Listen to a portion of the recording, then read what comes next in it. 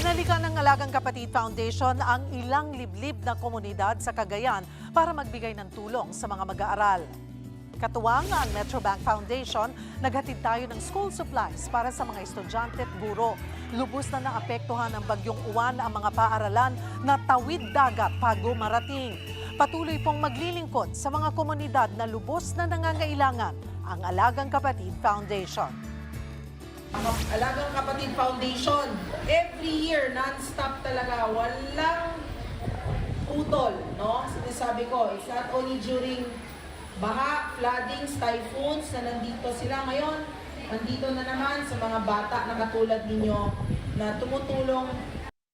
Mga kapatid, Cheryl Cosing po, maging maalam at may pakialam sa mga napapanahong issue at headlines. Mag-follow at mag-subscribe na sa social media pages ng News 5.